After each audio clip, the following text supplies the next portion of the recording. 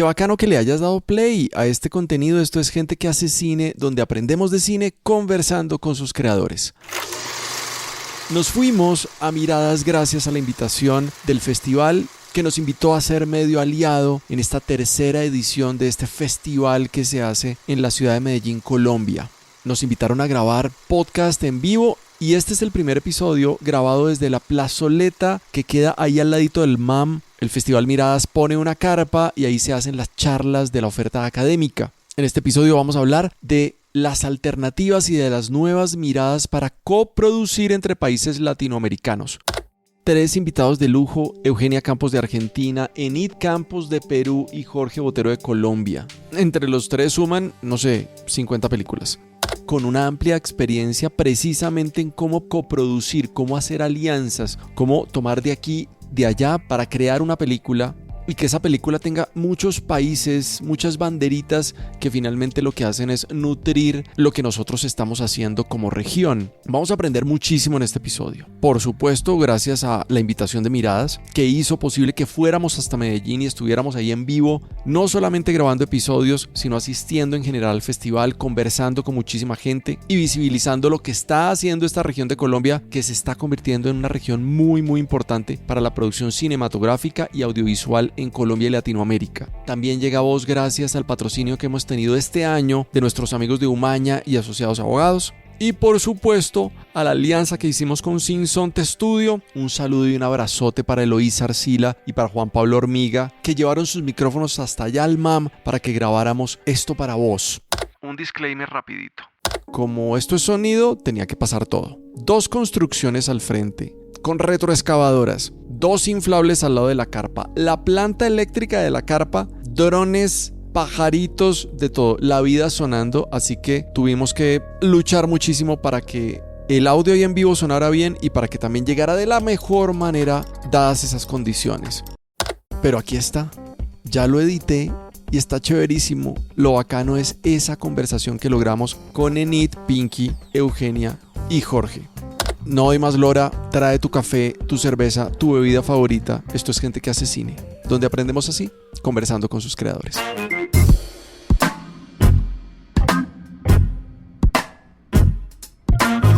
Hola, ¿cómo estás? Espero que muy bien. Te doy la bienvenida al primer episodio grabado en vivo desde Miradas Medellín en su edición 2023. Gracias al equipo del festival por invitarnos, por confiar en este formato, por confiar en estas conversaciones. También un saludo a toda la gente que está acá. Esto está repleto, por favor, aplaudan. Llenamos la plaza del MAM, estamos súper felices. La magia del audio. Y pues que la cámara solo apunte a nosotros. Este podcast es posible gracias a la alianza que tenemos con Sinsonte Studios, el sonido, los micrófonos, las bases. Gracias, Sinsonte, un aplauso para ellos, por favor. Y también pues gente que productora, que es la productora de esta familia de podcast en las que confiamos en las conversaciones para aprender de cine conversando. Hoy vamos a explorar diversas miradas de coproducción entre Latinoamérica. Para hoy tenemos pues unos invitados tremendos. Eugenia Campos, desde Argentina. ¿Cómo estás, Eugenia? Muy bien, muchas gracias. Sí. ¿Cómo te trata Medellín? Increíble. ¿Sí? Sí, estoy muy contenta de estar acá. Un par de cosas que te lleves para la memoria de tu paso por acá. Bueno, estuvimos haciendo unos talleres muy lindos con directores y productores que están haciendo sus primeros largometrajes. Así que estuve ahí metida en los talleres laburando. Pero bueno, no, estoy muy contenta de estar acá. La gente es muy divina y me recibieron muy bien. Muy bien. Tú eres productora de cine argentina, fundadora de Gentil Cine, compañía ubicada en Buenos Aires. Algunas de tus películas, voy a mencionar algunas. El rostro de la medusa, largometraje ensayístico dirigido por Melissa Leventhal. Hace mucho que no duermo, largometraje de ficción dirigido por Agustín Godoy. Como El cielo después de llover, largometraje documental dirigido por Mercedes Gaviria y coproducido junto a la productora colombiana Invasión. Las hijas del fuego, largometraje de ficción dirigido por Albertina Carri. Y sigues trabajando con Albertina. Y bueno, vamos a hablar de todo eso, de tu oficio como productora y la relación tuya con la coproducción.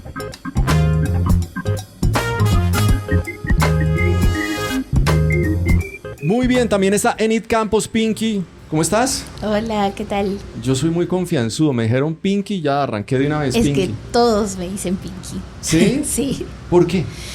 Porque fui seismesina. Y allá por el 76. Entonces, nada, los doctores me pusieron Pinky porque era la más chiquita de los prematuros. Wow, ¿y entonces tú te presentas como Pinky? En los créditos de las películas pongo Enid Pinky Campos. Qué bueno. Sí. Bueno, te veo con una camiseta de Medellín, sí. Una chimba parce. ¿Qué te ha parecido chimba aquí en Medellín? Me encanta Medellín. Quiero volver de vacaciones ahora, porque es primera vez que vengo. Me ha encantado. La gente muy linda, muy cariñosa. He conocido escritores increíbles. De verdad que me ha encantado. Quiero volver, pero de vacaciones. Qué bueno. No, sí, total, yo también. ¿Sabes? Enid Campos es productora peruana con amplia experiencia, ha trabajado en más de 35 películas, muchas de las cuales pues, son consideradas, digamos, un baluarte importante para la cinematografía peruana. Retablo y El caso Monroy, entre ellas, ha brindado servicios de producción para películas muy destacadas y ha producido series para Netflix y Movistar Latam. Se nos van muchos nombres, pero ¿qué más quisieras agregar a esa muy reducida perfil que te acabo de hacer? Bueno, algo que me parece importante es que de esas pelis, 3 han sido coproducción con Colombia y han sido experiencias muy buenas. Siento que Colombia ha sido muy importante para el desarrollo de esas 3 películas, que fueron NN, acá con Jorge, Magallanes y Climas. ¿No? Entonces son 3 películas que no hubiese podido hacer si Colombia no estaba apoyándonos. Excelente. Finalmente, Jorge Andrés Botero. Jorge, ¿cómo vas? Hola Mauricio, ¿qué tal?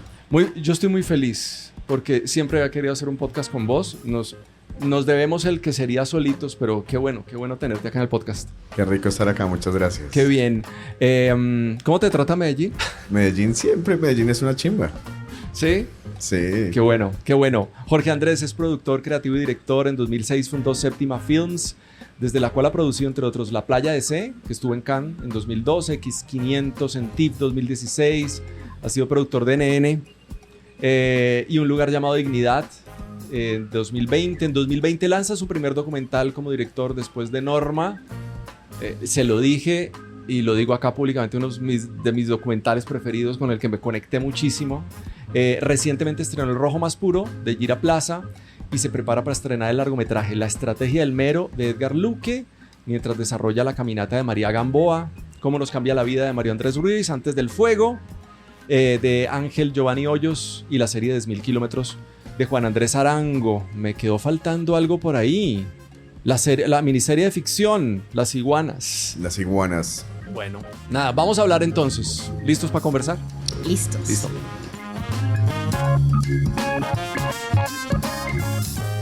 Vamos a hablar de coproducción y de nuevas miradas para Latinoamérica, pero pues no nos vayamos de una vez a las nuevas miradas, sino quiero devolverme un poquito a su historia de origen como productores. Bien, es como todos y todas quisieron ser productores desde el principio. ¿O cómo llegaron? En el caso tuyo, Eugenia. No. Yo estudié dirección en la Universidad del Cine después de una discusión muy grande con mis padres que no querían que estudie ¿Solo te ha pasado a ti? Cosa. Solo me ha pasado a mí. No, es una sensación muy común, entiendo. Digo, es un trabajo muy inestable. Y bueno, y lo que sucedió fue que muy pronto empecé a trabajar y los trabajos que conseguía eran en producción. Entonces yo estudiaba dirección, pero empezaba a trabajar en producción y a la vez me iba pasando que en mis prácticas en la universidad sentía que me gustaba mucho ser parte de algo colectivo y hacer y filmar, pero no me gustaba dirigir. La pasaba muy mal. dirigiendo, la pasaba mal con las preguntas que me hacían, la pasaba mal con el tipo de decisiones que tenía que tomar, viendo el material, todo. Empezaste a disfrutar Del hacer, como de tener que solucionar problemas un poco más concretos, de estar con gente, de convivir, de la previa. Me gustaba mucho pensar cómo íbamos a hacer las cosas, pero después me arrepentía mientras las estábamos haciendo como directora. Y bueno, y así de a poco fui metiéndome cada vez más en producción. Y bueno, igual a mí me gustó mucho haber estudiado dirección. Siento que hay algo de una mirada más completa del cine que bueno, que un poco la producción también es un oficio que se adquiere con la experiencia y que muchas cosas más teóricas del cine y de pensar y de cuestionar el cine que hacemos vino de la mano de la facultad. Qué bueno. ¿Y en el caso tuyo, Pinky? Yo sabía que quería estar detrás de cámaras. Eso es lo único que sabía, desde el colegio. Pero ¿tú qué estudiaste? Yo estudié comunicaciones, porque en Perú en ese momento no había cine. Entonces tenía unos cursos de cine, pero estudié comunicaciones y publicidad. Y cuando empecé a ser asistente de dirección de publicidad, de comerciales. Porque para mí era lo más cercano a estar en rodajes, en filmaciones y con recursos. Y a mí me encantó, estoy muy orgullosa de que mi escuela sea la publicidad y la asistencia de dirección en publicidad. Entonces yo pensaba que yo quería ser asistente de dirección, porque en Perú la asistencia de dirección es un camino para ser director, pero en otros lados la asistencia de dirección es un cargo y te quedas como asistente de dirección y me encanta. Entonces llegó un día el director Josué Méndez, que es hasta hoy mi socio, y me dijo, para hacer una película, y yo le dije, ya, yo soy tu asistente de dirección. Y él me dijo, no, yo no necesito asistente de dirección, yo necesito una productora. Y yo dije, no, ya, entonces no, gracias. Pero regresé a mi trabajo, le conté a mi jefa, y me dijo, pero tú puedes producir, de todas maneras, con todo lo que haces aquí. Me dijo, anda, haz. Y yo dije, ya, bueno. Y en publicidad ese rol de asistente de dirección es por la rapidez y por la conexión con la producción sí, te da como un oficio. Yo sentía que yo tenía oficio y en ese momento, te hablo del año 98, 99, la asistencia y dirección yo veía alquileres, veía la logística, los transportes, como asistente, ahora ya no, pero en ese momento sí se veía esas cosas y estaba muy ligada a la producción, pero también al director, ¿no? Entonces, y nada, me lancé a la piscina de frente a ser productora de una película. Antes no había producido nada y salió una película que es muy importante para el cine peruano que se llama Días de Santiago y que fue un boom allá. Y nada, la hicimos como jugando con $35,000. Con todos los permisos para el rodaje en calle, toda la cosa, ¿no? Sí, con todo. Pero fue como jugando, ¿no? Bueno, y en el caso tuyo, Jorge, ¿cómo fue la vuelta? ¿Querías ser productor? No, yo no quería ser productor.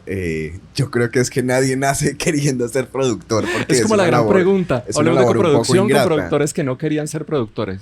No, pues yo estaba haciendo un corto e iba a ser el asistente de dirección de ese corto y el productor migró a Canadá, nos quedamos sin productor y el director me dijo, no, pues usted que es el que ha estado aquí y sabe, venga, haga usted la producción. Yo le dije, bueno, y asumiendo todos los errores y viviendo todos los errores y aprendiendo del error fue que ese corto salió adelante. Es un corto que se llama No todos los ríos van al mar. Es una gran experiencia. Las historias que tengo de ese corto son infinitas. ¡Wow! ¡Qué bien! Bueno, entonces arrancamos con necesidades de conectar con otros, que es como la coproducción. Venimos de otros lados, inmediatamente como el cine mismo, que es este lugar colectivo, pues necesitamos hablar y conectarnos con otros. Metámonos de una vez en la coproducción para saber, quiero preguntarles. Ayer le preguntaba a Jorge ahí en el trasescena de este podcast y le decía, ¿cuál fue tu primer acercamiento con una coproducción? Me dice, es natural que desde el principio se hable de coproducir. Pero quisiera saber cómo ese primer encuentro con, Dios mío, esto no es suficiente con lo que tenemos, nos toca salir a buscar inicialmente los recursos, porque también vamos a hablar de que la coproducción gana otro tipo de cosas, desde lo creativo, en fin. Pero Pero ¿cómo fue? Entonces aquí cambiemos, arranca ahorita tú, Jorge. ¿Cómo fue ese primer encuentro con, Dios mío, soy productor y me toca empezar a hablar con otra gente? Pues diría que es natural porque en la medida en que nosotros hacemos, o las películas que son autorales de las que hacemos parte, los fondos públicos a los que podemos acceder son, o sea, no alcanzan para lograr financiar una película en todas sus etapas. Entonces al final uno aprende rápidamente que tiene que salir al mercado internacional a buscar socios que hagan lo mismo que uno hace, y es aplicar a sus fondos. Ya no es, digamos, ese modelo que tal vez existió en los 80s o en los 70s o en los 40s, que era alguien que tenía el dinero y lo ponía a riesgo. Ahora son otros socios de otros países que lo que hacen es aplicar a sus fondos, y si se ganan sus fondos son socios de la película. O aplicar a Ibermedia, que es nuestro modelo más común, que es un fondo iberoamericano, donde se pueden unir 2 o 3 países iberoamericanos más Italia, y ahí te pueden llegar a dar $100,000, $120,000, y ese es un modelo en el que hemos aplicado, yo creo que casi todos los que estamos aquí. ¿Y fue tu primero? ¿Cómo fue? Cuéntanos esa experiencia. Sí, nosotros nos asociamos con Brasil para hacer La Playa de C, a través de Ibermedia. Teníamos el fondo colombiano y luego conseguimos un socio francés que también consiguió los fondos de allá para postproducción, y luego conseguimos otras cosas en Colombia como los equipos y eso, que también fue, digamos... ¿Cómo fue eso? O sea, esas llamadas, esos contactos, esos mails, vos como productor primíparo? No, yo me asocié con otra persona, y fue como me asocié y busqué con quién asociarme porque sentía que no sabía mucho y que todo era demasiado intuitivo. Aprendí mucho de ella, no tuve una experiencia muy positiva, y al final siento que nos ayudamos mucho a sacar la película adelante, digamos, con todos los caminos complejos que tuvo. Ir aprendiendo haciendo. No hay manuales, no hay... Hay manuales. Sí, Hay unos manuales. pero... Hay un libro como de producción 101 que es como de una editorial de 450 páginas en inglés. Sí. Hay manuales. Hay un manual de un mexicano muy bueno. ¿Cómo se llama? Carlos Taibó, ¿lo conocen? Bueno. Sí existen manuales, pero es que yo creo que la producción y la coproducción tienen que ver mucho con... Cada película es súper diferente, entonces como que el modelo y lo que funciona para una película no funciona para la siguiente, y al mismo tiempo lo que tienes que resolver en cada una de ellas es otra cosa, y lo que igual vas aprendiendo es tal vez a pararte mejor, a saber cuáles son como tus fortalezas, qué no quieres hacer, qué quieres hacer, y a firmar mejores contratos. Total. Pinky, ¿cómo fue entonces tu experiencia? Esa primera experiencia de coproducción. La primera fue en mi segunda película, que se llamó Paloma de Papel, y que también la hice como jugando. Me tiré a la piscina. Pero cuando yo llegué a la película, el director ya tenía una relación con Cuba. Y me dijo, la cámara va a venir de Cuba. Es lo único que me dijo. Y yo, ok. Me dijo, ya, llama a este productor. Y yo, ok. Porque no tenía idea. Y así fue que hubo una colaboración con Cuba. Cuba nos mandó la cámara de cine. Nos mandó al primer asistente de cámara. Y yo no tenía idea que eso... O sea, yo decía, ¿por qué Cuba está interesado en nosotros? ¿No? Pero bueno, fue una colaboración ahí. No aplicamos Ibermedia en ese momento, pero fue como se me abrió la cabeza de, oye, otros países pueden venir a ayudarnos y enseñarnos, ¿no?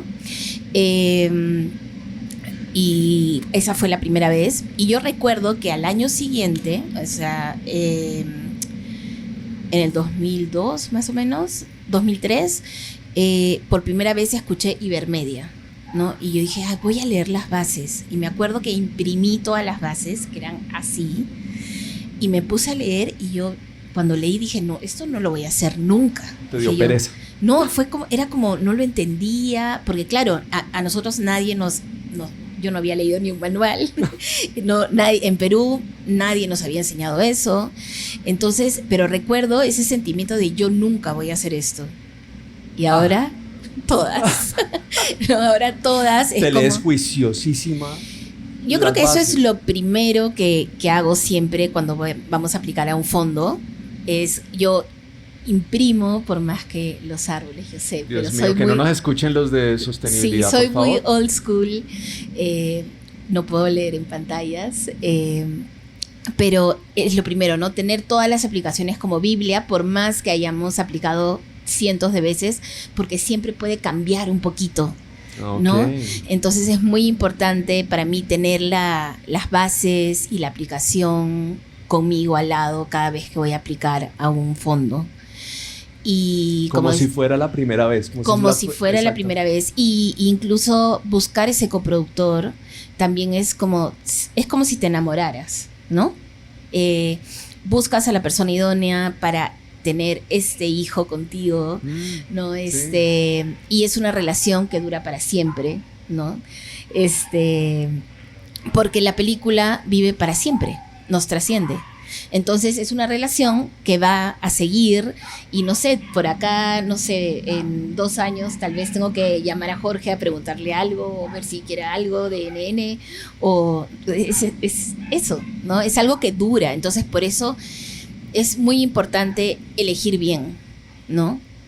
Y es una sociedad, o sea, juntos logramos sacar adelante a la película, que eso es muy importante. Eso que estás diciendo me parece súper chévere porque, claro, se crean relaciones en la coproducción que son relaciones que van a sostenerse. O sea, como la primera decisión es, bueno, una de tantas decisiones iniciales es, pucha, yo me voy a casar con esta persona y el divorcio duele. Puede ser muy complicado. Sí. Entonces, elegir adecuadamente eso. Eugenia, en tu caso, ¿esa primera vez? Bueno, la primera vez fue hace muy poco. Yo soy bastante nueva en esto de las coproducciones. Hice mis primeras 6 películas solo con productores argentinos, algunos coproductores nacionales y haciendo acuerdos de coproducción también con los directores en un esquema bastante cooperativo, por más de que aplicáramos al Inca y demás, y de mucho compartir copyright, compartir decisiones gerenciales y demás. Pero no me había enfrentado a la necesidad de tener un coproductor internacional hasta el 2020, en que empecé a desarrollar en la pandemia proyectos un poco más ambiciosos por este pánico, ¿no?, que generan tantas reglas, tantas legalidades, tantos códigos cruzados. Todos los países financian sus películas de manera distinta, los institutos funcionan distintos, los códigos hacia adentro, con los técnicos, con el elenco, con los procesos, con los tiempos, son distintos. Y a veces eso genera un esfuerzo y un conocimiento técnico, además de una voluntad de coproducir, que para alguien que está empezando y que recién siente que puede tener control de las cosas que está haciendo hacia el interior de su país, abrir puede dar un poco de vértigo. Pero la verdad que lo probé y es bastante adictivo, porque sí, coproducir es hermoso. O sea, no solo amplía las posibilidades materiales y de trabajar mejor que tenemos, sino que también implica compartir esa responsabilidad con un par que en toda esta diferencia también nos nutre y nos cuestiona nuestras maneras de hacer en una situación que termina casi siempre siendo positiva. Mi primera experiencia fue como coproductora minoritaria en la película de Mechi, que bueno, como ella vive en Argentina, se dio de manera natural también, la postproducción la estaba haciendo en Argentina y fue como casi eso, una amiga diciéndome, che, ¿no te querés sumar? La película me parecía hermosa y fue desde ahí. Y bueno, y desde ahí fue un poco creciendo con otros proyectos que ahora de hecho estoy terminando. Uno que es la película nueva de Albertina Carri, que hicimos coproducción con Brasil y con España, que también obtuvimos Ibermedia, y fue eso, fue como, esta película me queda grande a mí sola. Muy orgánicamente entraba a Brasil porque íbamos a filmar allá. Bueno, buscar esa sociedad con alguien de Brasil también fue bastante orgánico, porque la peli anterior de Albertina, que yo la había producido de manera así muy artesanal, la habían distribuido en Brasil, una distribuidora que está asociada a una productora, que es Vitrine Films, asociada a Punta Colorada. Entonces fuimos, le dijimos, che, ¿qué podemos hacer? Queremos filmar en Brasil, a la distribuidora, y ella nos dijo, tenemos nuestra socia y nos queremos sumar. Y bueno, y a partir de ahí empezó a crecer el proyecto, aplicamos a Ibermedia y después necesitábamos más dinero y había un personaje español en la película, entonces también fue muy natural ir a buscar unas coproductoras españolas que son Doxa, que son unas genias del País Vasco. Y después mi siguiente proyecto es una coproducción también poco ortodoxa, pero de la cual estoy muy feliz, que es con Paraguay y Colombia, que es un documental de Clarisa Navas, que estamos filmando ahora en la frontera con Paraguay, en Argentina, y que bueno, hace poquito se sumó Invasión Cine de Colombia y ganamos la convocatoria de coproducción minoritaria, así que muy felices. Qué bien. Entonces, me llamó la atención lo de adictivo. Sí. ¿Qué es lo que buscan ustedes? O sea, ¿qué es lo que se busca fundamentalmente en la coproducción? Podríamos resumir que fundamentalmente es cerrar la plata que se necesita para el proyecto. Tú aquí acabas de mencionar varias cosas. Hay un talento que viene desde guión, hay unos recursos técnicos, talento técnico que se necesita, o queremos sumar a la producción creativa. Ustedes me van a responder, depende. Pero depende completamente de cada proyecto. Pero ¿qué les conecta más? ¿Con qué se relacionan más? Digamos, hay una cosa muy que la gente dice, sí, es como un matrimonio, es como un matrimonio que va a durar para toda la vida. Eso es como la metáfora clásica de la coproducción, que también, por supuesto, tiene sus divorcios, tiene sus relaciones tóxicas, tiene sus otras cosas no tan chéveres. Y sí, lo que uno está buscando inicialmente es financiación, pero yo siento que no, digamos, en las películas autorales nosotros no estamos buscando solo el dinero, sino alguien que también aporte desde lo creativo, porque a nosotros nos gusta pensar en lo creativo, a todos, a nadie le gusta que le pidan plata y ya, sino como que pueda aportar desde lo que sabe a la película, ¿sí? Y eso yo diría que es fundamental. Cuando uno está buscando solo la plata y quiero solo la plata de tu fondo, de tu país, ahí, digamos, arranca un poco mal, ¿sí? Y al mismo tiempo siento que uno va encontrando como cuál es el tipo de socio que quiere tener y cuál es el tipo de socio que no quiere tener, ¿sí? Y va haciendo su lista.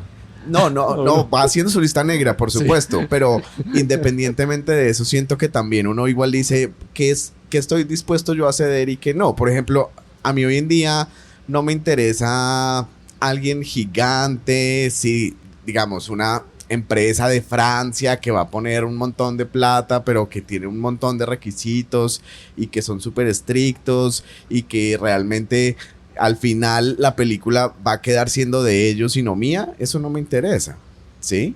Y depende, por supuesto, igual de cada película. ¿Tú qué dices, Jenny? Bueno, yo creo que primero, cuando te llega un proyecto, un guión que naturalmente tiene la coproducción, es el cielo, ¿no? O sea, si tienes un proyecto que en guión tienes que filmar en un espacio común, como una frontera, o si llega con un personaje del otro país ya como que creado desde ahí, es increíble, porque tú dices, ay, una coproducción natural no es el cielo, y de frente empiezas a pensar en quiénes pueden ser, ¿no? Ese término, coproducción natural. Sí, orgánica. Coproducción natural, orgánica, ¿no? Ya. Que incluso ahorita en mi país recién tenemos un fondo, hace 4 años, un fondo para coproducción minoritaria, y yo fui jurado este año, y uno de los criterios que nosotros pusimos fue eso, qué tan natural era la coproducción, ¿no? Porque yo creo que eso es muy, muy importante. Pero como dice Jorge, yo también creo que con los años buscas un socio que no solo te dé el dinero, sino que también participe creativamente. Es como el caso de los productores, ¿no? A veces llegan directores que piensan que tú como productor lo único que vas a hacer es ver cómo financiar la película, y no es así, ¿no? Yo creo que los productores de cine somos productores creativos 24/7, y lo mismo busco yo en mi coproductor, ¿no? Que sea un productor creativo también conmigo y que estemos involucrados en la historia, en cómo hacer este proyecto. No es la plata nada más, ¿no? Y creo que eso también es algo, así como me molesta a mí cuando viene un director y que cree que solo voy a levantar el dinero y no voy a entrar en los aspectos creativos, creo que también eso molesta mucho al coproductor, ¿no? Entonces tienes que ser muy respetuoso con eso, y también por eso a veces también ves su línea editorial, ¿no? De lo que han hecho estos coproductores y si van con la película, con el proyecto que tú traes, ¿no? Si tú tocas la puerta de un coproductor es porque tú crees que es bueno para este proyecto. Hacemos una muy pequeña pausa en el episodio para contarte algo súper bacano. Resulta que el cine, las series, los videojuegos, la música, los espectáculos públicos, los medios de comunicación, el deporte, la moda e incluso la comida son formas de entretenimiento en la actualidad. Y todo eso está regulado por algo que se llama el derecho de entretenimiento. Todas estas industrias están reguladas desde ahí. Resulta que nuestros parceros y parceras de Umaña y Abogados Asociados son unos duros en este tema. Conocen el panorama completo de las industrias del entretenimiento, la protección que esos proyectos necesitan, muy probablemente muchos de esos proyectos son los que tú haces en la actualidad. Y también saben la articulación de todas las legislaciones y requisitos para su realización en varios países. Es muy probable que tengas que firmar muchos contratos, así que todos esos contratos Umaña y Abogados Asociados los pueden tener listos para cuando tú los requieras. En la creación de todos estos proyectos siempre hay temas tributarios que pueden retrasar su desarrollo, pero como ellos conocen la manera precisa de la legislación, pues pueden brindarte asesoría y acompañarte en toda esa gestión. Te dejo los links a su página web y a sus redes en la descripción del episodio. Creo que para vos que estás empezando tu carrera cinematográfica o audiovisual o que ya la tienes, esta información es súper importante. Sigamos con el episodio.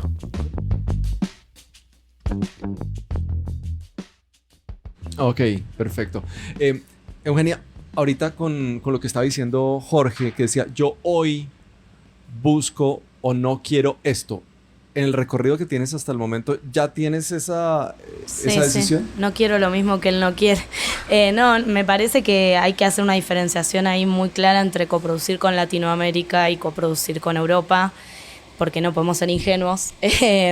Me parece que entre Latinoamérica es muy difícil hacer coproducciones financieras y que no tiene sentido, que tenemos un lenguaje muy en común pese a las diferencias y a las cuestiones locales de cada fondo y unas problemáticas que nos unen bastante, y que obviamente que cuando uno va a buscar una coproducción con un país latinoamericano quiere el aporte más espiritual, mental, intelectual, de un esfuerzo compartido, de un pensar la película, de armar comunidad y desde ahí también potenciarla. Algo muy importante de las coproducciones para mí es lo que pasa después, que es que exponenciás las posibilidades de distribución de una película. Digo, es una red que se construye para esa película y que la va a acompañar hasta el final. No estás solo y es como algo muy gráfico esto de la red, porque sí, como el esfuerzo de distribución que puedo hacer yo desde un país, ya cuando hay 3 más y gente que trabajó codo a codo, se potencia muchísimo. En relación a Europa, no solamente por las diferencias, digamos, históricas y del tipo de cambio y también porque ellos tienen fondos y formas de coproducir con Latinoamérica que son muy asociativas, donde ellos ya están pensando en que la película es una película colombiana a la que ellos llegan y aportan un dinero, unos técnicos y tienen más de la mitad del copyright tal vez, porque en términos del dinero que traen es mayor, lo cual no significa que sea mayor el aporte a la película, ¿no? Por ahí uno está 4 años desarrollando un largometraje, lo presenta en mi caso al Inca, en el medio se devalúa la moneda argentina y cuando gana el productor francés tiene el 60% de mi película y solo va a ser la post, ¿no? Entonces, bueno, frente a estas cuestiones también es muy importante que los socios de afuera entiendan el mapa, ¿no? Que entiendan la cuestión geopolítica y cultural que nos trae hasta ahí y por qué yo estoy yendo a buscar un socio en Europa, qué necesito y cómo tiene que ser ese acompañamiento, Que en el caso de Latinoamérica es muy distinto. Es eso, la apertura que uno tiene a un socio latinoamericano para discutir las películas y para negociar esos porcentajes, en mi caso es muy distinta a la que tengo con alguien en Europa. Hice como una recepción de preguntas de las diferentes personas que están acá en la industria, y una de ellas me dijo, hagámosles esta pregunta, y es, nos hace falta, en relación con lo que estás diciendo, fortalecer las alianzas y los mecanismos en Latinoamérica para coproducir mucho más desde acá, en vez de estar buscando cómo es que el color me lo hacen en Taiwán. ¿Qué pensamos de eso, ¿no? Ya que estamos hablando de miradas y de proyectar de alguna manera el escenario de la coproducción. ¿Tú qué dices, Jorge? Pues, digamos, hay una cosa que es bien compleja, y es que los fondos que tenemos para coproducir minoritariamente son pocos. Digamos, en Colombia hay uno, pero yo no sé cuántos estímulos dio este año, de pronto 4, de pronto 3, no estoy seguro. Y pues hay un montón de películas, de proyectos que quisieran coproducir con Colombia, pero yo sé que aparte de Ibermedia y del Fondo de Coproducción Minoritaria del FDC y de algún otro descuento que pueda conseguir en una casa de post o en una casa de alquiler o algo, no va a ser fácil que consiga dinero aquí para una película peruana o para una película argentina, ¿sí? O para una película chilena. Entonces, lo que es muy complicado es que estamos limitados a que los recursos ya de entrada son limitados en cada país, ¿sí? Si eso no existiera, si hubiera más opción a eso, seguramente haríamos más coproducción entre nosotros y seguramente funcionarían más orgánicamente, ¿sí? Y en ese sentido siento que pues también conforme los fondos se puedan financiar de otros lados o tengan otras estrategias y sean más grandes, seguramente la coproducción entre latinoamericanos funcione, porque uno de los temas que he tenido y que nos ha sucedido es que ganamos Ibermedia, tenemos los fondos de Ibermedia, aplicamos a los fondos de acá, no ganamos los fondos de acá, llegamos a pitch, llegamos a tal, no ganamos, y al final tú dices, bueno, lo único que yo pude aportar fue esto, y ahí ya acaba siendo un poco difícil en la medida en que quedas como el minoritario. Claro, es una carrera contra el tiempo, o sea, de una estrategia impresionante para ganar, apostarle a ganar lo que queremos nosotros ganar. En Perú, ¿cómo ha funcionado este tema de ajustes para que Perú dialogue en coproducción con el mundo? Bueno, Perú durante mucho tiempo no tuvimos este fondo de coproducción minoritaria, y yo pues durante 15 años iba a todos los mercados simplemente a pedir y era muy como, o sea, daba pena, ¿no? Era como, solo pido a todos y no puedo dar. Y mucho tiempo estuvimos en esa lucha pidiendo eso, o sea, pidiendo tener un fondo de coproducción minoritaria.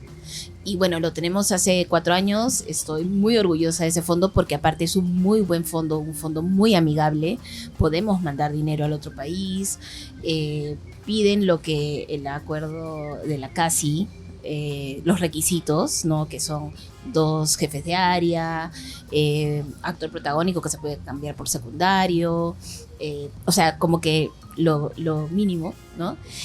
Y ahora lo que están pidiendo muchos países son acuerdos bilaterales, que eso sí, por ejemplo, Perú no tiene. Recién ahorita tenemos uno con Chile, pero eso ayudaría mucho a tener tal vez un poco más de cooperación entre los países. Pero sí, Perú yo siento que todavía está en pañales, ¿no? Pero también soy consciente de que casi todos los proyectos de cine independiente, de cine de autor, son coproducciones, ¿no? Y por eso hemos logrado tener este fondo de coproducción minoritaria. ¿Cómo es el escenario para ti en Argentina? En Argentina es distinto. Es distinto porque el Inca funciona distinto. Nosotros no tenemos una convocatoria con fechas que abren y cierran, sino que tenemos una ventanilla continua en la que podemos presentar proyectos. No tenemos tampoco una diferenciación cuando yo voy como coproductora minoritaria o voy como productora principal, aplico a la misma ventanilla. Lo único que cambia obviamente es mi plan financiero y cuánto dinero le estoy pidiendo al Instituto Argentino y justificándolo cómo. Pero bueno, también la realidad es que Argentina está en un momento de una crisis política y cultural muy grande. No sabemos cómo va a seguir el Inca. Acaba de asumir un presidente que decidió disolver el Ministerio de Cultura y bueno, y a partir de ahí eso tiene un montón de consecuencias.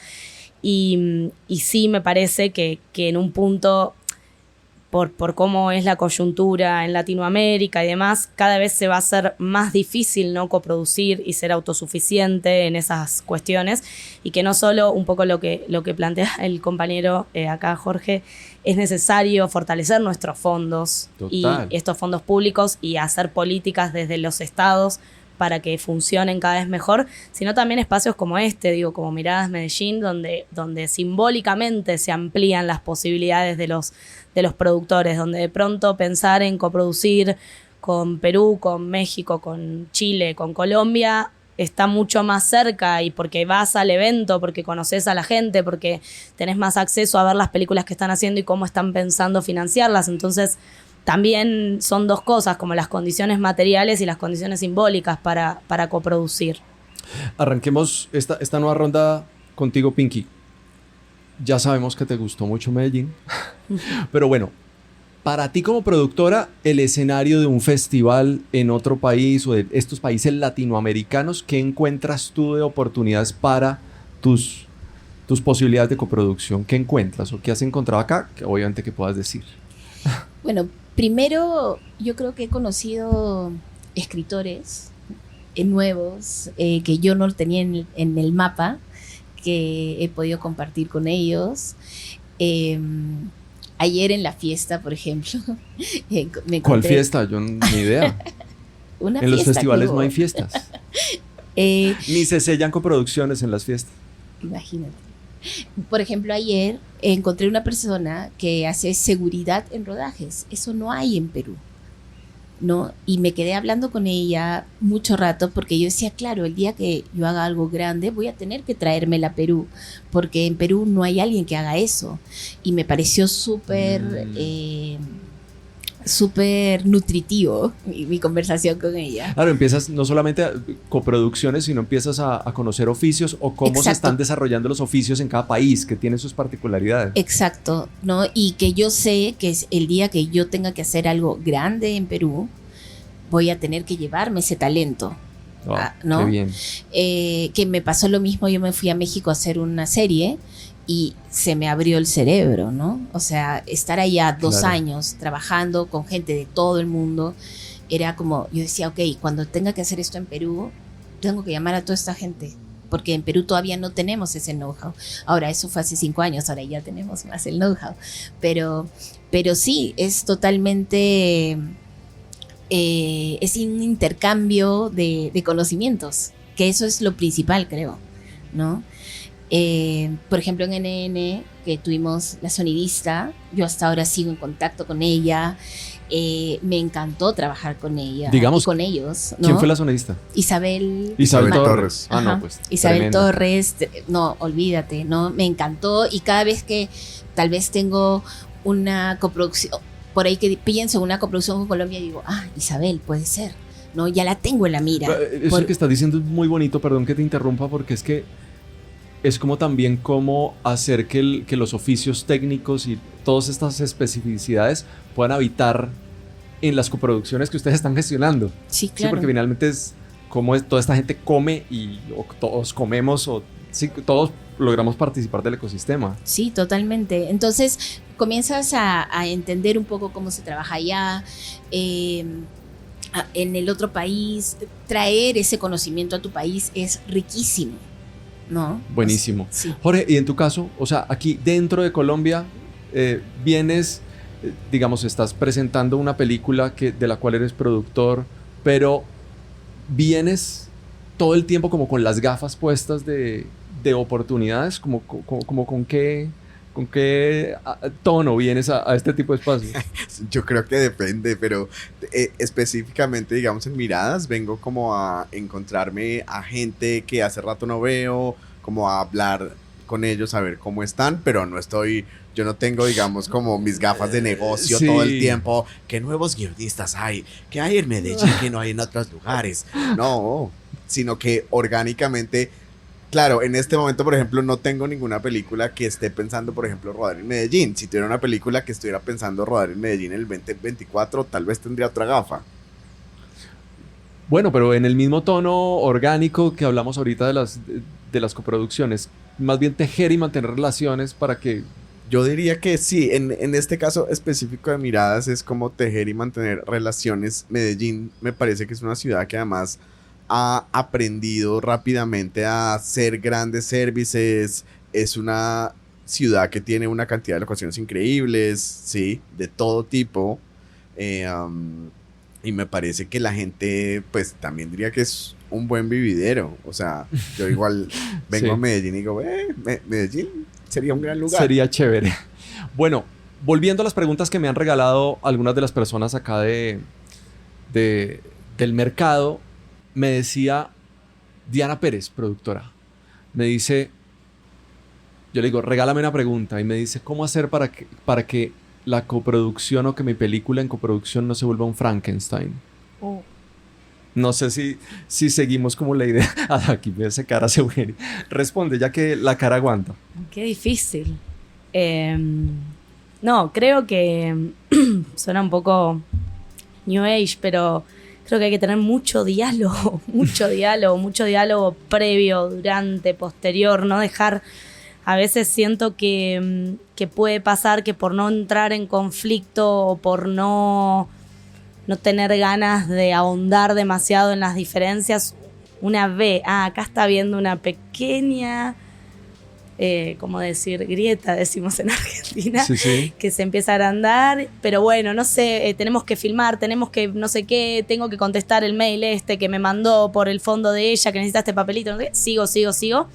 Y a veces, claro, después cuando llegamos al momento de filmar o de montar... Pasó esa grietica. Esa grietita y se está viendo se armó mucho. una cosa gigante donde, claro, estábamos viendo películas distintas y las decisiones que hay que tomar se vuelven un territorio de conflicto, ¿no? Y creo que realmente es muy importante. Ahí los directores también entran mucho, me parece, porque muchas veces en estos procesos tan largos hay momentos de tensión, hay momentos donde el productor del mismo, el mayoritario en general, que es quien es de la misma nacionalidad que el director, tienen diferencias. Ya cuando el coproductor está tratando de entender su parte, el productor, que es quien le comunica, ya hay un cortocircuito con el director, eso se amplía todavía más.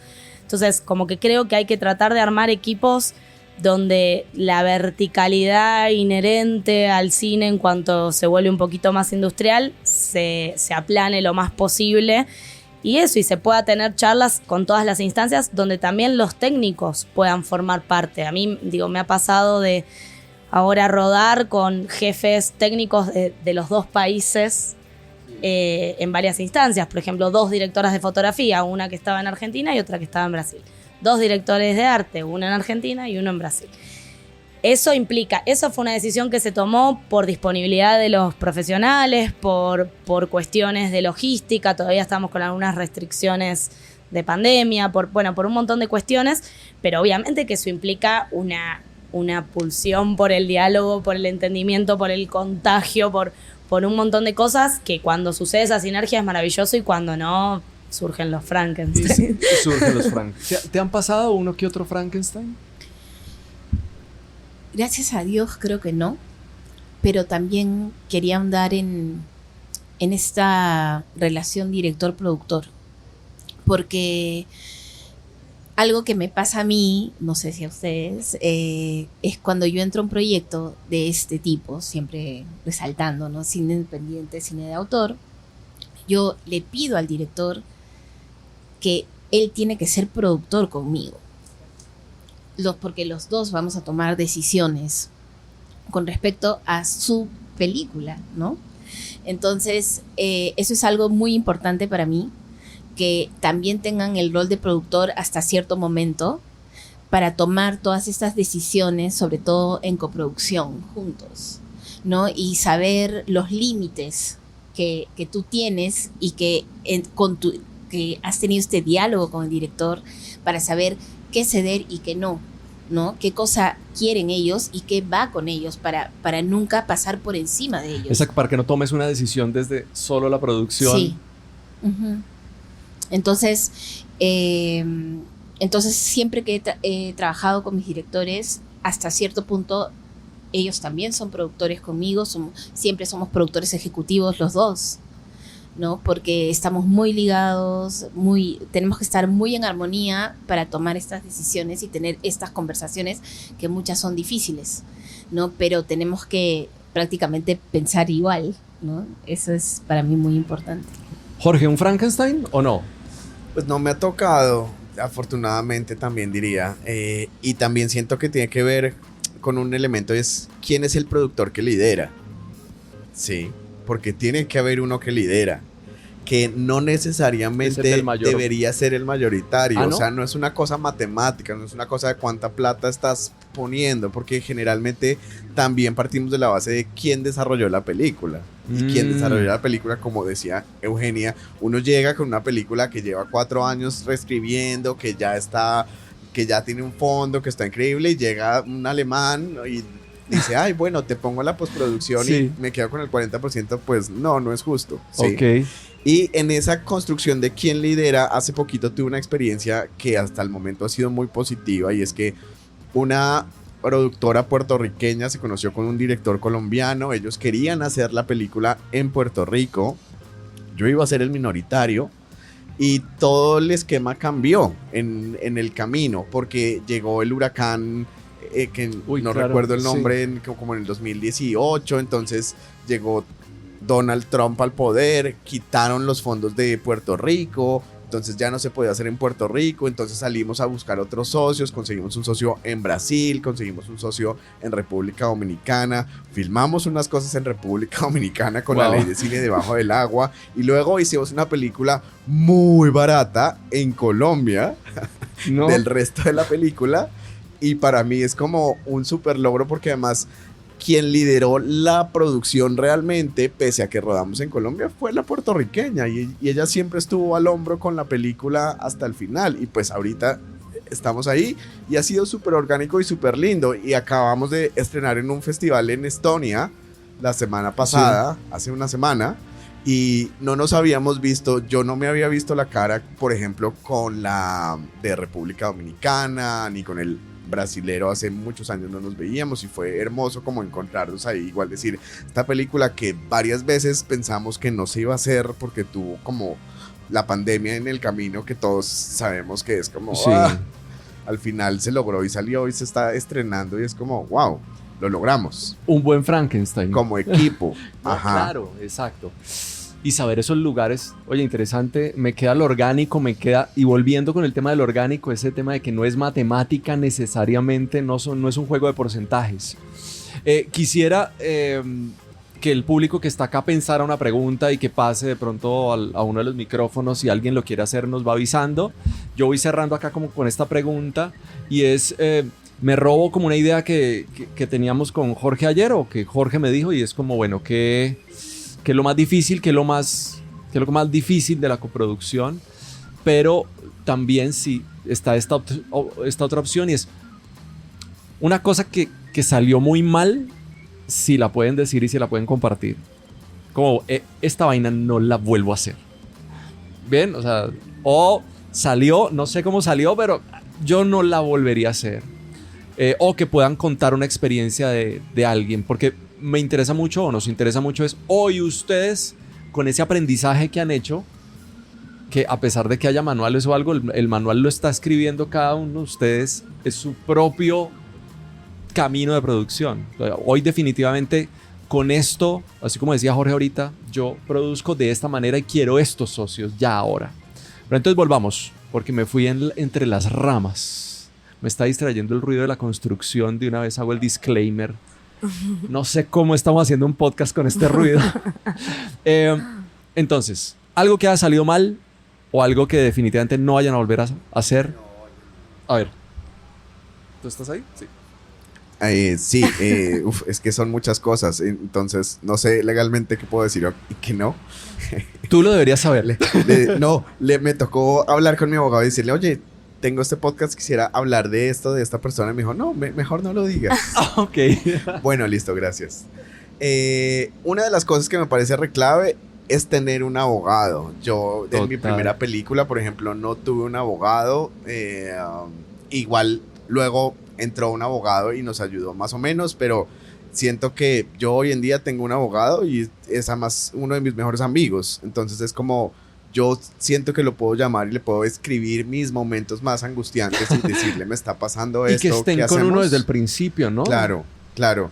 Y en esa medida hacer unos contratos claros donde, como dice esta mexicana que habla sobre el amor, no sé si la conocen, Nidia Carvalho, no sé qué, bueno, es una muy famosa, búsquenla porque es increíble. Ella dice, en el amor tus expectativas tienen que coincidir con mis necesidades, ¿sí? Si mis necesidades y tus expectativas no coinciden, o sea, si lo que yo quiero, si lo que yo estoy buscando no es lo que tú me vas a dar, tú no eres mi socio, lo siento. De pronto eres un socio para una siguiente película, ¿sí? De pronto eres un socio con quien podamos desarrollar algo a futuro, pero para esta película mi necesidad es esta, ¿tú me la puedes dar o no me la puedes dar? Si no me lo puedes dar de entrada, igual decirte, mira, muchas gracias. Y en esencia sí siento que tiene que ver mucho con eso de que acompañen la película y que la película sea súper orgánica también en los porcentajes, en donde si tú te echaste 4 años al hombro de la película, tú tengas un porcentaje no equivalente al dinero que conseguiste, sino que esos 4 años tengan un valor en euros o en dólares, y que eso sea, mira, yo estoy poniendo estos $50,000 que no los conseguí, pero que me los eché al hombro, yendo a mercados, yendo a encuentros de coproducción. En horas hombre, horas mujer. Sí, horas persona. Horas persona, perdón. Sí, total. Entonces, eso me parece que es una cosa como re clave. Buenísimo. A ver, ¿qué? Aquí nos dio tips. Sí, muy bien. No, y coincido. Creo que cuando me han tocado coproductores que son abogados, está buenísimo, nos ayudan muchísimo, porque sí, en Perú también hay muy pocos abogados que se dedican a esto, entonces no hay tanto know-how. Entonces cuando me han tocado coproductores que son abogados, me han ayudado muchísimo, mucho más de lo que tal vez tenían que dar, ¿no? Eso es importante y bueno, yo creo que ahora también algo que me fijo mucho es muchas referencias sobre el coproductor, ¿no? Porque me ha pasado que en algún momento he tenido una coproducción real y tuvo que convertirse en solo coproducción financiera porque mis coproductores no tenían el know-how de su fondo. Entonces, en su momento me dieron una información, de ahí esa información no era totalmente cierta. No. Entonces tuvimos que convertir la coproducción en solo financiera porque ya estábamos a punto de filmar, ya no se podía cambiar. Entonces ahora creo que también un tip, ¿no? Tener muchas referencias del coproductor, ver sus experiencias anteriores si han sido exitosas, claro. ¿no? Y ver cómo conocen a su fondo, ¿no? Eso. Claro. Eso en otras áreas de la vida se llama el due diligence, la debida diligencia, conocer perfectamente a la persona con la cual vas a contratar, conocerlo, ¿no? De alguna manera. ¿Y tú, Eugenia? No, bueno, sí, miles de cosas, pero que no sé si voy a poder no volverlas a repetir. En línea con esto, creo que sí, que no hay que dejar los contratos para después.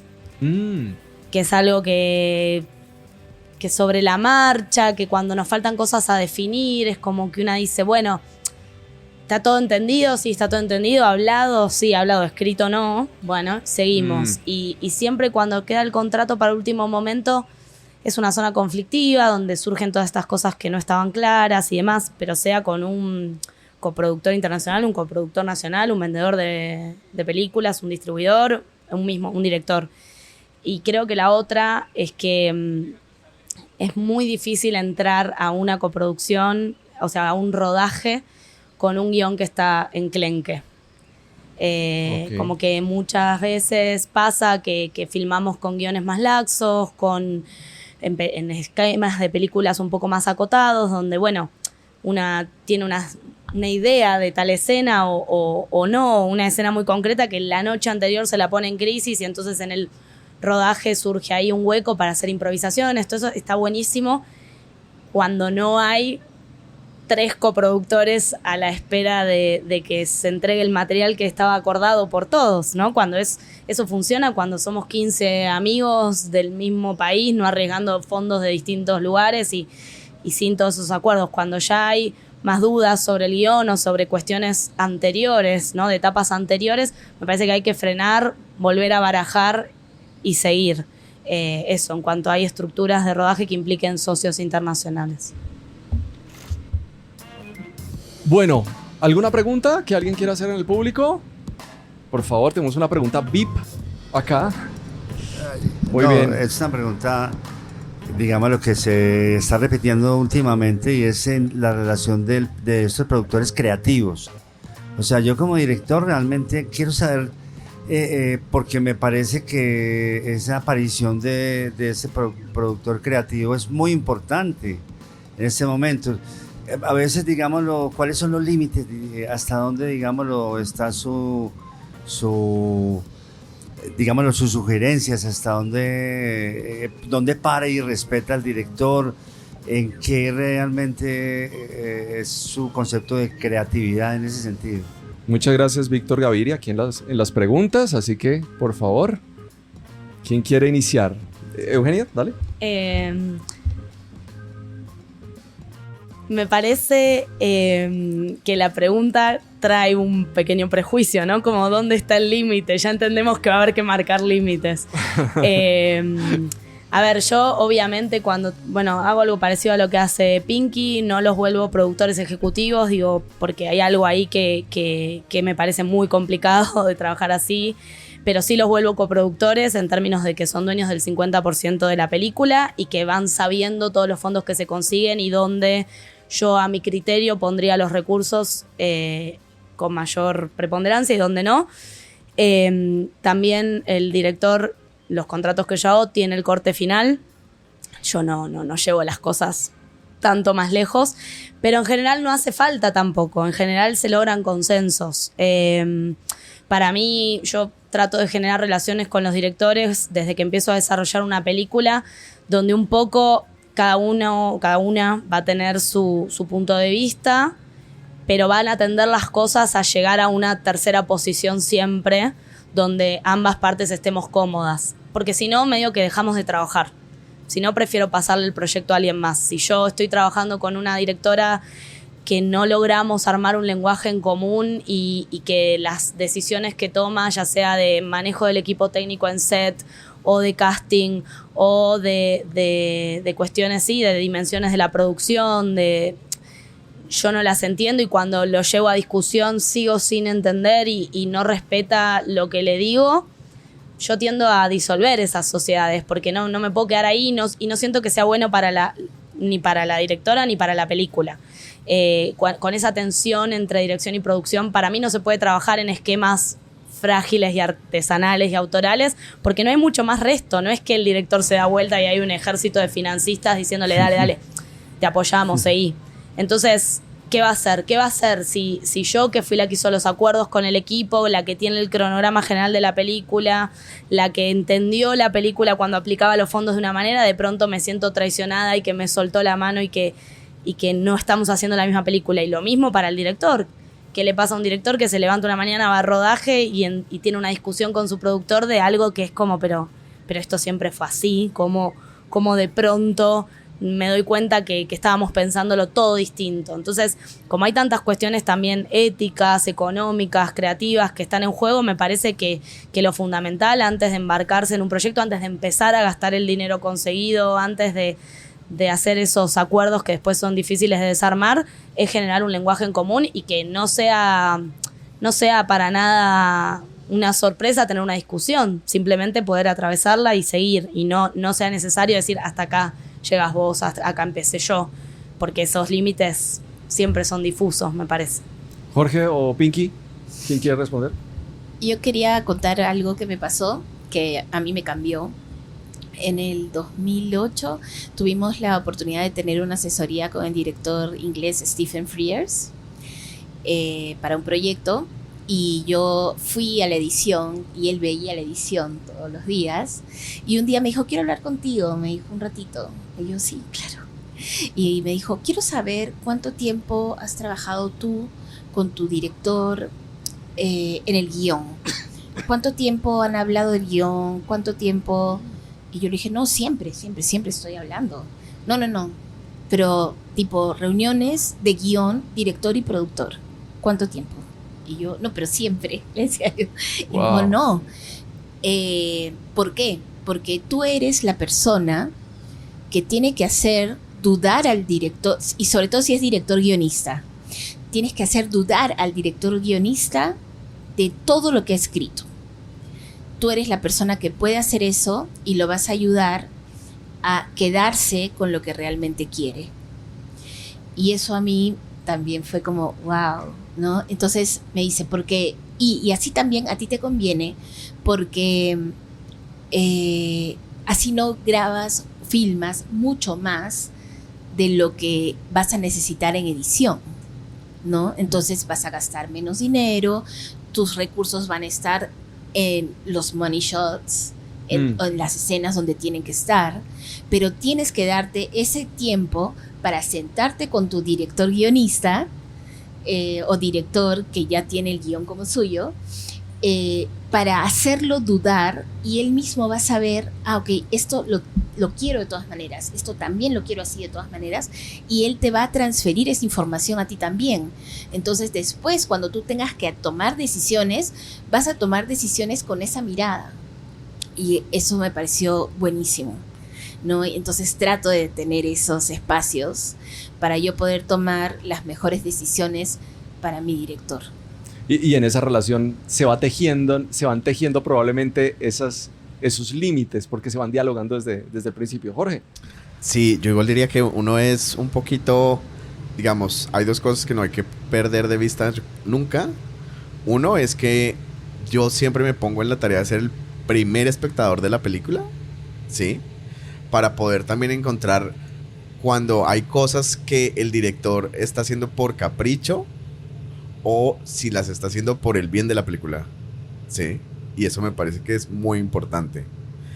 El límite de esa relación, yo siento que siempre se trata de construir una relación de confianza donde uno finalmente, el director no es mi mejor amigo, no es la persona a la que yo no lo voy a llamar cuando, no sé, se muere mi mamá o mi mamá ya se murió. Puedo hacer ese chiste. Hice una película sobre eso. Pero no es mi mejor amigo, pero es una persona que confía en mi criterio y yo confío en su criterio. Y ambos nos depositamos en la película para sacar la mejor película posible, ¿sí? Y me ha pasado cosas que han sido muy chéveres. Por ejemplo, a mí me gusta mucho el montaje y he estado como en dos momentos. Uno con una película donde cuando uno de los socios directores, que era como el encargado de los festivales, eso empezó a mandar y nos empezaron a decir no.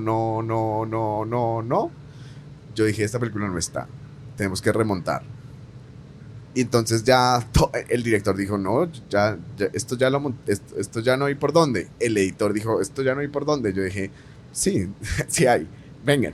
Entonces hablé con otro editor, me senté con otro editor en la sala de montaje. ¿Y fue conflictivo la cosa? Hicimos cambios, ¿sí? Hicimos un nuevo corte de la película. ¿Corte de productor? Se la mandamos al director y el director, digamos, nos compró el 80% de los cambios. No nos compró el 100% de los cambios, pero nos compró el 80% de los cambios y yo siento que la película ganó. Oh. Le quitamos 10 minutos a la película, ¿sí? Y la película a partir de ahí empezó a entrar a festivales, ¿sí? Y eso es como, ok, listo. Sí, es decir, no, uno tiene que creer en su intuición y también como en sus habilidades, las que ha venido desarrollando a lo largo de los años. Igual decir, yo soy bueno para esto, yo puedo mejorar esto. Y no significa que esté pasando por encima tuyo, yo simplemente quiero hacer la mejor película posible. ¿Sí? Claro. Si tú no me compras todo, listo, no. Pero escucha, no pasa nada. Escuchemos. Pero, digamos, esto que yo lo estoy haciendo por el bien de la película, que también es el bien de tu carrera y de tu nombre. Claro. Y una pregunta con 3 diferentes posibles respuestas, o desde el guión, o desde el acompañamiento, desde el montaje incluso.